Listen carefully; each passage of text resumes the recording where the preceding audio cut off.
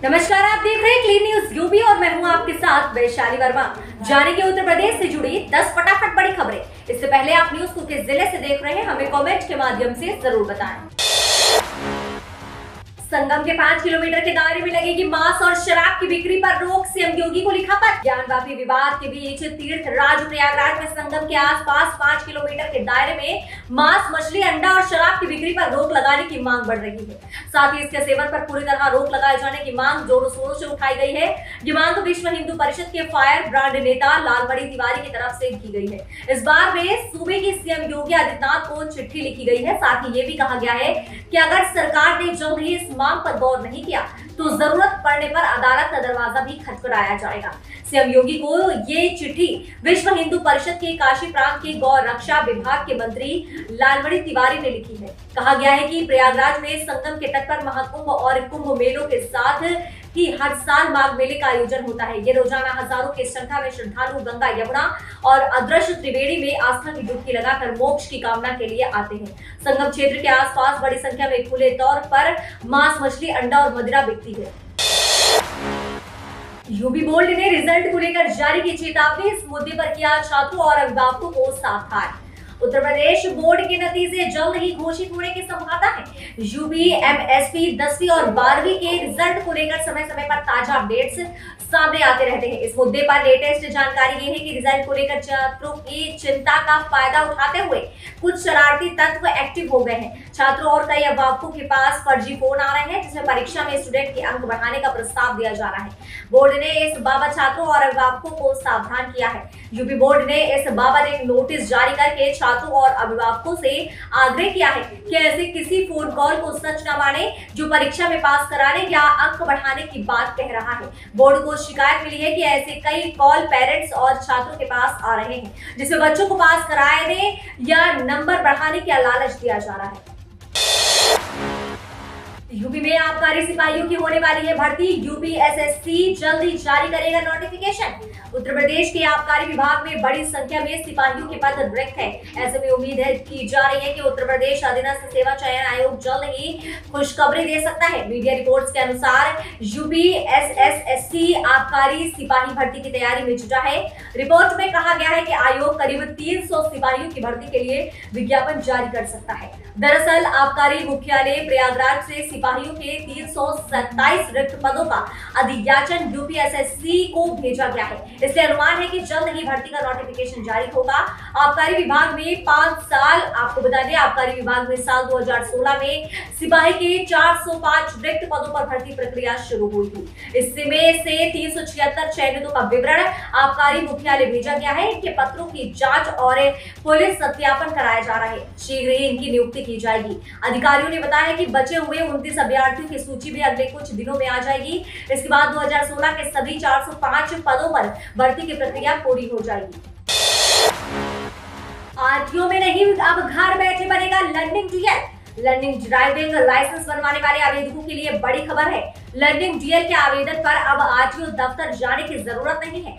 अब आप घर बैठे आधार प्रमाणीकरण और फैसलेस व्यवस्था के तहत ऑनलाइन आवेदन करके अपना लर्निंग डीएल बनवा सकेंगे। इस व्यवस्था को प्रदेश भर के आरटीओ और एआरटीओ कार्यालय में 1 जून से लागू होगा। ऐसे में अब परिवहन विभाग की वेबसाइट पर ऑनलाइन लर्निंग आवेदन पर टाइम स्लॉट मिलना बंद हो गया है। बदले में आवेदक नई व्यवस्था के लिए घर बैठे मोबाइल फोन पर या साइबर कैफे से आवेदन करके लर्निंग डीएल बनवाने की प्रक्रिया को पूरा कर सकेगा।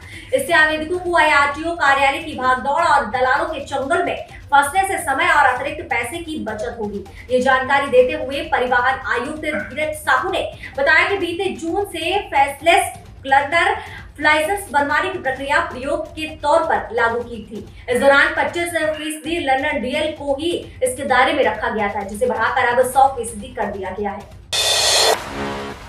एनडीपीसी परीक्षा के एडमिट कार्ड जल्द पास के जिलों में मिलेंगे परीक्षा केंद्र।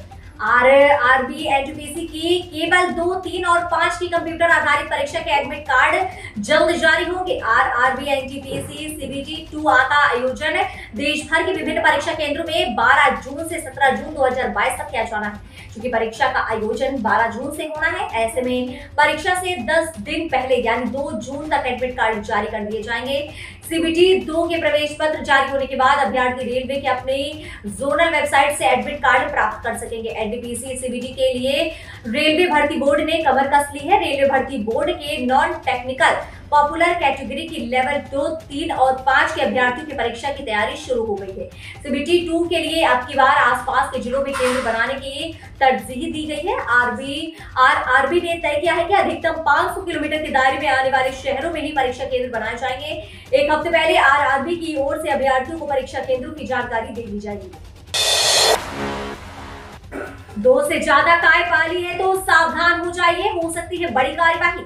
अगर आप अपने घर में गाय या भैंस पालते हैं तो आपके लिए ये जानना जरूरी है कि कॉलोनियों में 2 से अधिक गाय या भैंस पालना नगर निगम कार्यवाही करेगा। नगर निगम ने 2 गाय पालने की छूट दी है। इससे अधिक गाय या दूसरे जानवर को पालने पर नगर निगम कार्यवाही करेगा। सड़क हादसों को कम करने और यातायात सुगम बनाने के लिए नगर निगम रात को पशुओं को पकड़ रहा है। अब तक 65 गाय 60 गौशाला में भेजे जा चुके हैं।